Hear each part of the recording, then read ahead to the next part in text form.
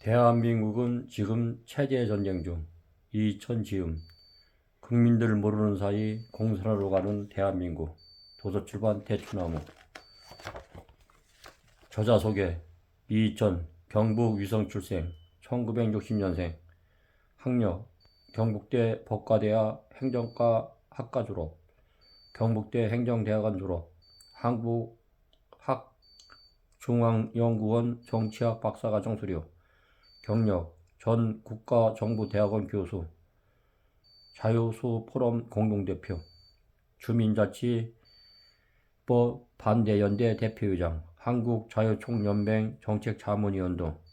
저서, 한국사, 박영사 2004년, 반대세의 비밀, 그 일그러진 초상, 인명사 2009년, 6.25 동란과 트로이 목마, 인명사 2010년, 종북세력과 위기에 대한 민구, 대추나무 2019년, 주민자치기본법 공산화의 길목, 대추나무 2021년, 반대한민국 세력의 비밀이 드러나다, 대추나무 2021년 등 20건 저술. 이 소책자들은 가족, 친구, 이웃, 교회, 단체 등에 나눠주거나 소그룹별로 전철 입구, 시장통 등에서 일반 주민이 배포 등을 활용하셨으면 감사하겠습니다.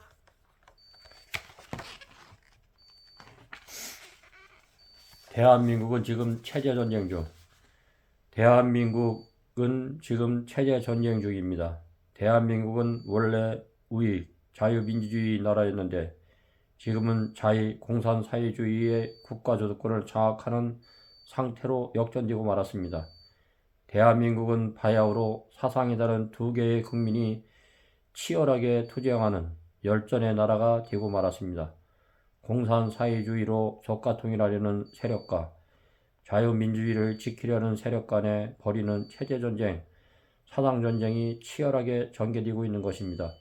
이 체제전쟁의 양상은 더 넓게 보면 북한 공산 전체주의 정권과 대한민국이 싸우는 것이고, 좁게는 대한민국 내에서도 북한을 맹종 추종하는 공산사회주의 세력과 자유민주주의 세력이 서로 내전을 벌이는 형태로 진행되고 있습니다. 자유민주주의의 대한민국은 크게는 북한으로부터 공격을 받고 있고, 작게는 대한민국 내 반대한 민국 세력으로부터 위협을 받고 있는 것입니다.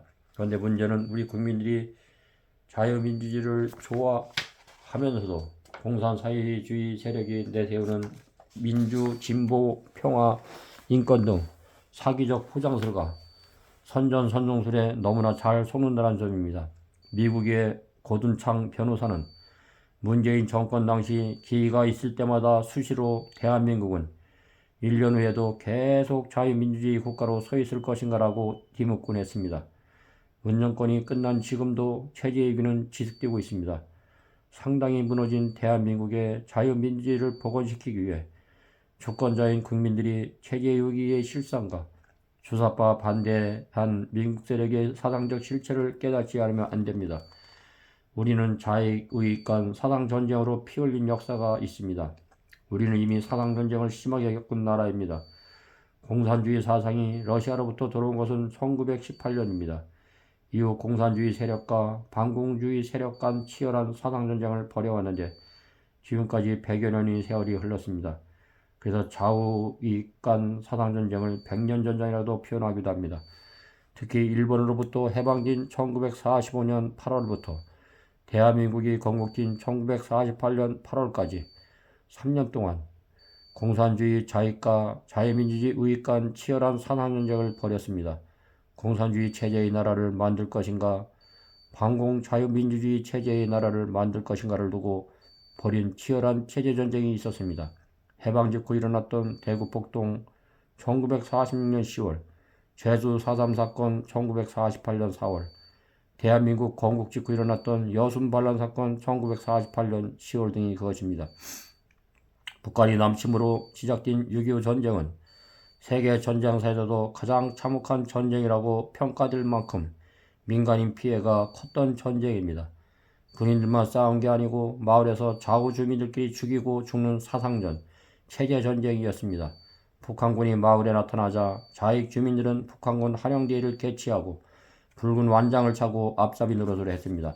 이들은 북한군의 지시를 받아 지주 자본가, 경찰가족, 군인가족 등 우익 주민들을 반동분자로 지목하며 집집마다 샅샅이 뒤져 찾아내 체포했으며 이들을 인민재판을 통해 처형하거나 구속하는 데도 주도적 역할을 했습니다. 이러한 자익무역자들의 악행을 보았기에 6.25 전쟁을 겪은 노인들은 한결같이 그때가 되니 이웃이 더 무섭더라고 고백하는 것입니다. 인천 상륙작전 이후 전세가 역전되어 북한군이 북으로 후퇴한 직후 남한 자익무역자들의 증거인멸을 목적으로 우물가, 개울가, 방공호 등 곳곳에서 우익가족들을 집단 학살하는 사건들이 일어났습니다. 이러한 집단 학살극이 전라남도 특히 영광군, 신안군 등을 중심으로 집중적으로 일어났는데 영광군에서만 학살당한 자가 2만 명이 넘습니다. 6.25 전쟁 동안 북한군과 남한 마을 자익에 의해 학살된 민간인 희생 규모가 12만 명이 넘는다는 것이 정부의 공식 자료에 나와 있습니다. 공산주의는 왜 위험한가? 공산주의는 자본주의 체제가 부자들, 자본가, 지주 등이 노동자를 착취하는 매우 나쁜 체제이므로 이들의 소유, 기업과 토지 등 재산을 빼앗아 모두가 함께 공유하는 체제를 만들어야 한다는 것입니다. 얼핏 보면 자본주의 문제점인 부의 불평등을 없애고 모두가 평등하게 잘 사는 세상을 꿈꾸고 있구나라고 착각하기 쉽습니다. 그러나 공산주의자들은 노동자, 농민들을 선동하여 혁명을 일으킨 후 자신들이 정권을 차지하기 위한 기만술책인 것입니다. 공산주의를 하나의 그림으로 표현하자면 야기탈을 쓴 늑대라고 할 수 있으며 겉으로는 민주, 진보, 평등, 평화, 인권, 복지 등으로 포장하고 모두가 평등하게 잘 사는 세상, 노동자, 민중이 주인이 되는 세상 등 마치 지상 천국을 이룰 것처럼 현혹을 합니다. 그렇지만 속심은 대중들을 끌어들여 정권을 잡은 후에는 북한과 같은 공산 전체주의 국가를 만들려는 것입니다. 공산주의자들은 북한과 같은 나라를 끌고 가면서도 천국으로 하는 것처럼 사기를 치는 정치 사기꾼입니다.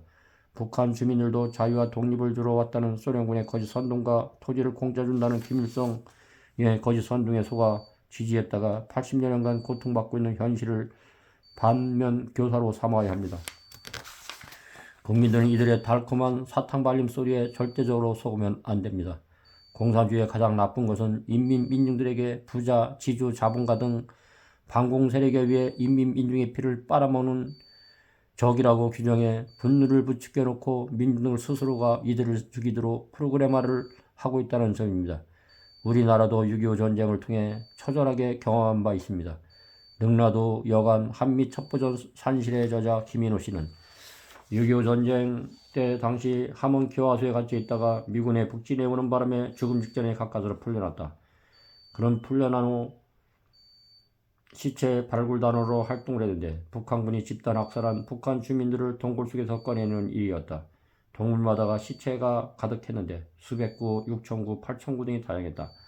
북한군은 미군이 오자 후퇴하면서 반동분자로 지목된 사람들을 동굴로 넣은 후 입구에 다이너마이트를 터뜨려 질식사시켰다고 한다. 그니 끔찍하고 셀 수도 없는 시신들을 눈으로 보면서 머리가 빙글빙글 돌 지경이었고 눈으로 보면서도 꿈속이 아닌가 하는 혼동이 일어났다고 한다. 자기 뺨을 꼬집어 보고서야 현실이라는 것을 알았다고 고백했다. 그런 이러한 참혹한 현실을 겪으며 자신에게 뒤물어 보았다고 했습니다. 왜 공산당 빨갱이들은 이러한 끔찍한 학살을 한 것일까? 무슨 이유로 천인 공로할 잔인한 짓들을 한 것인가? 이게 모든 전쟁 탓이란 말인가? 아니다. 분명 전쟁 탓만은 아니다라고 말했습니다. 그렇다 무고한 양민들을 이렇게 잔인하게 집단 학살한 것은 바로 공산주의 사상 때문이다. 공산주의 사상 안에 사람을 죽이는 것을 정당화하는 프로그램과 중후의 심리를 삽입해 놓았기 때문이다. 노동자 농민들이 가난한 것을 부자들이 착취했기 때문이다. 지주 자본가들을 없애라. 그러면 평등한 세상이 올 것이다라고 선전선동을 한 것이다. 러시아 소련이 공산국가가 된 후 1990년 전후 동구 공산정권이 무너질 때까지 약 70여 년간 공산정권에 의해 학살당한 규모는 1억 명이 넘는다고 11명의 프랑스 학자들이 쓴 공산주의 흑서에서 1997년에서 밝히고 있다. 구소련 스탈린 등 2천만 명, 중국 마오쩌둥이 6,500만 명, 베트남 100만 명, 북한 200만 명, 아사자 제이, 캄보디아 폴포트 정권 200만 명, 아프리카 1,500명 등으로 잡고 있다. 현실은 그보다 훨씬 더 많은 것으로 추산되고 있다. 1979년 적발된 난민전이라는 지하단체는 철저히 김일성 주체사상을 추종하며 북한 체제로 통일을 기도했던 공산혁명단체이다. 난민전이 주모자했던 김남주의 글을 보면 공산주의가 왜 아직도 우리에게 위험한지를 잘 말해준다. 김남주가 쓴 책 김남주 옥중연서에 보면 이런 내용이 있다. 나는 부자들을 중후하고 저주하고 굴려주고 눕혀 시궁창에 쑤셔박아 넣기 위해 존재하오. 자본가 놈들은 하해의 대상이 아니라 오직 타도의 대상일 뿐입니다. 놈들은 가난에 있어서 우리 민중의 불구대천의 원수입니다. 이 장애물이 거대한 뱀이라면 우리 모두 식칼을 가지고 나와서 천투막 만투막으로 동광 내버려야 합니다. 이 장애물이 거대한 벌레라면 우리 모두 나와 발로 1,000번 만번 지근지근 밟아 버려야 합니다. 나는 확신합니다. 언젠가는 이놈들이 머리끝까지 발가락 끝에서 구멍이란 구멍에서는 피를 토하고 뻗으리라는 것을.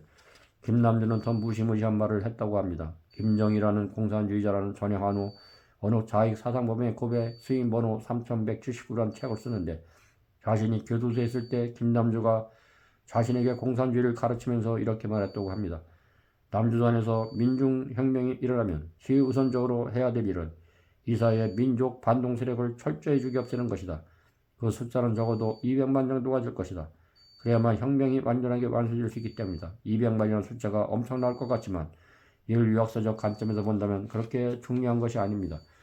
저자주 인류 역사적으로 공산주의자가 1억 명 이상이나 학살했으니 200만이 별것 아니겠지. 우리 민족 전체를 놓고 볼 때 그것은 소수에 불과합니다. 우리에게 적은 수의 반동의 피는 필수 불가결하다. 김정은의 아버지 김정일도 남한을 공산할 때 자기가 먼저 점점 사령관으로 가겠다면서 1,000만 명은 이민 갈 것이고 2,000만 명은 숙청될 것이며 남은 2,000만 명과 북한 2,000만 명반으로 공산주의 국가를 건설하면 될 것이라고 말했습니다. 김남주는 공산혁명이 일어나면 즉시 200만 정도를 죽여야 한다고 했는데 김정일은 그 10배나 많은 2,000만 명을 숙청하겠다고 했습니다. 공산 전체주의 체제로 전환되는 순간 무시무시한 피바람을 예고하는 발언들입니다. 다시 공산화로 치닫는 대한민국. 북한의 남침도 무섭지만 더 무서운 것은 남한 내부에서 주사파 반대한 미국 세력에 의해 공산화로 치닫는 것입니다. 대한민국이 스스로 무너진다면 북한은 굳이 침략할 필요가 없습니다. 피를 흘리지 않고도 대한민국을 접수 연방제로 조카 통일을 할 수 있는 것입니다. 우리 국민들은 6.25 전쟁 체험으로 인해 오랫동안 철저한 반공의식으로 무장했었습니다. 그러나 북한은 6.25 전쟁 이후 한시도 멈추지 않고 대한민국을 적화하기 위해 무장공비 남침, 간첩 침투, 종북 세력으로 확산 등 대남 공작을 멈추지 않았습니다. 그 결과로 대한민국 내에서는 북한의 공산주의를 맹종 추종하는 종북 세력이 점점 지하수에서 늘어났습니다. 대한민국에서 종북 세력이 폭발적으로 일어난 것은 전두환 정부 때인 1980년대 중반 이후입니다. 서울대 등 대학가에서 북한 김일성이 주체사상을 추종하는 주사파가 폭발적으로 늘어난 것입니다. 주사파들은 학교를 졸업한 후 지하혁명가로 활동을 하거나 각 진지를 장악하기 위해 교사, 노동자, 법조인, 공무원, 정치인, 문화인 등 각 분야로 진출했습니다. 이들은 이후 30년을 거치는 동안 대한민국의 정치, 경제, 사회, 문화 등 모든 진지의 주도권을 장악했습니다. 심지어 대한민국의 하부 읍면동 마을까지 주민자치회, 마을공동체, 사회적 기업, 협동조합 등 각가지 형태로 조직화되고 주도권을 장악해가고 있습니다. 저가로 이끈 문재인 정권. 문재인 정권은 어떤 정권인가? 고영주 변호사는 일찍이 2013년 문재인은 공산주의자다. 그가 대통령이 되면 대한민국이 공산화된 것은 시간 문제다라고 말했다가 기소당했는데 지금 대법원으로부터 무죄 선고를 받았습니다. 문재인 대통령은 2010년에 쓴 자서전 운명에서도 자신의 사상관을 드러냈는데 남베트공이 공산화될 때 희열을 느꼈다거나 노무현 정부 때 간첩을 잡는 국가보안법을 없애지 못한 것이 가장 뼈 아팠다고 기술을 했습니다. 그가 대통령이 된 후 반대 세력을 적폐청산 명분으로 대량 숙청한 후 자신감을 가진 듯 2018년 2월 평창 동계올림픽 개막식 연설에서 김일성이 가장 심혈을 기울였던 지하 간첩조직인 통역당의 주무자 신영복에 대해 가장 존경하는 한국의 사상가 신영복 선생이라며 자신의 사상을 책에 이니 보는 앞에서 공개했고 이후 노골적인 종북 친북적 외교활동을 가감히 전개했습니다. 평창 올림픽 개최 중 문정권은 헌법 개정을 발의했는데 자유민주주의 헌법을 인민민주주의 헌법으로 고쳐내려 했습니다. 자유민주적 기본질서라는 용어에서 자유글자를 삭제한 바 있고 양심의 자유를 사상의 자유로 교체를 했습니다. 사상의 자유를 헌법에 명시하는 순간 국가보안법은 자동으로 폐지되고 공산사회주의 주체사상을 전파하는 자유가 헌법상 권리로 보장되는 것이었습니다. 문재인 정권은 국민들과 야당의 반대로 헌법 개정이 무산되자 법률, 명령, 조례 등을 다양한 의의적 방법으로 체제 교체 작업에 돌입했고 문재인 정권기 내내 속도를 늦추지 않았습니다. 자유운동원 출신인 김문수 경사노위원장은 빨리 간파했습니다. 본인이 자유운동 노동을 할 때 주사파를 많이 겪었기 때문입니다. 그는 2019년 7월 주사파가 집권한 대한민국이라는 페이스북에 글에서 주사파들은 촛불혁명으로 자유대한민국을 거의 무너뜨렸고 세계 어떤 공산혁명 때보다 더 완벽하게 국가 권력을 장악했다고 주장했습니다.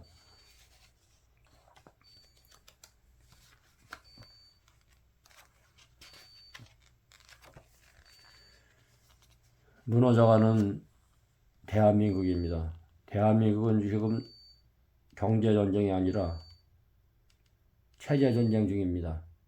국민들 모르는 사이에 노무현 정권, 문재인 정권 하에 공산화로 대한민국이 가 있는 상태에 있습니다. 이 대한민국의 북한은 간첩 조직들과 추종 세력을 통해 강우병 촛불 시 2008년, 세월호 사건 2014년, 후쿠시마 원전 처리수 방류 2023년 등 기회가 있을 때마다 거짓 선동과 귀담을 퍼뜨려 정치 사회적 불안을 조성해 왔습니다. 나아가 대한민국 대통령 선거 등 주요 선거 때마다 직접 개입으로 정치 공작을 거르지 않았습니다. 대한민국이 공산화되어 가고 있고 민노총 120만 명, 정교조, 입법부, 사법부, 행정부 모든 것이 지금 작용화되어 있는 상태에 있습니다. 여러분들 각자가 이 소책자와 유튜브를 통해서 깨어나시고 이전 교수님이 쓴 책들을 다 사서 보십시오. 이 책들을 권해드리고 싶습니다. 대한민국은 지금 체제전쟁 중 이천지음 국민들 모르는 사이 공산화로 가는 대한민국 도서출판 대추나무입니다. 대추나무 010-8799-1500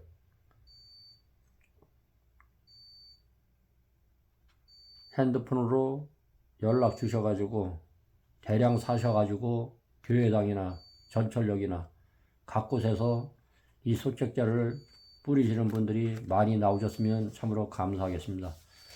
지금까지 유튜브를 시청해주셔서 감사합니다. 오늘 하루도 주님의 크신 사랑과 은혜 안에서 행복된 하루가 되십시오. 감사합니다.